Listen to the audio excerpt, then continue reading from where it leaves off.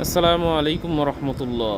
শুরু করতেছি ওই মহান রবের নামে, যে আমাকে হায়াত দিছে, আমাকে শ্বাস প্রশ্বাস সচল রাখার সমস্ত উপকরণ আমার পাশে দিয়ে দিছে। কথাগুলো বলার কারণ হইতেছে,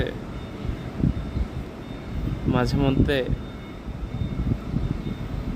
কবরস্থানগুলোয় যেয়া একটু দেখা দরকার,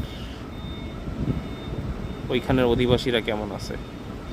অনেক টাকা পয়সা আলা মানুষ আজকে সাধারণ মাটির ভিতরে শুয়ে আছে। তো সেই কবরে যাওয়ার আগে কবরের যেই সব দরকারি জিনিসপত্র আছে সেগুলো বানানোর চেষ্টা করা, সেগুলোর পিছনে মেহনত করার চেষ্টা করা, সেটা হচ্ছে ঈমান আর ভালো আমল। আর এইটা কামাই করার সবচেয়ে ভালো জায়গা হচ্ছে দুনিয়া। ভালো থাকবেন সবাই। আসসালামু আলাইকুম রহমতুল্লাহি ওয়া বারাকাতুহু।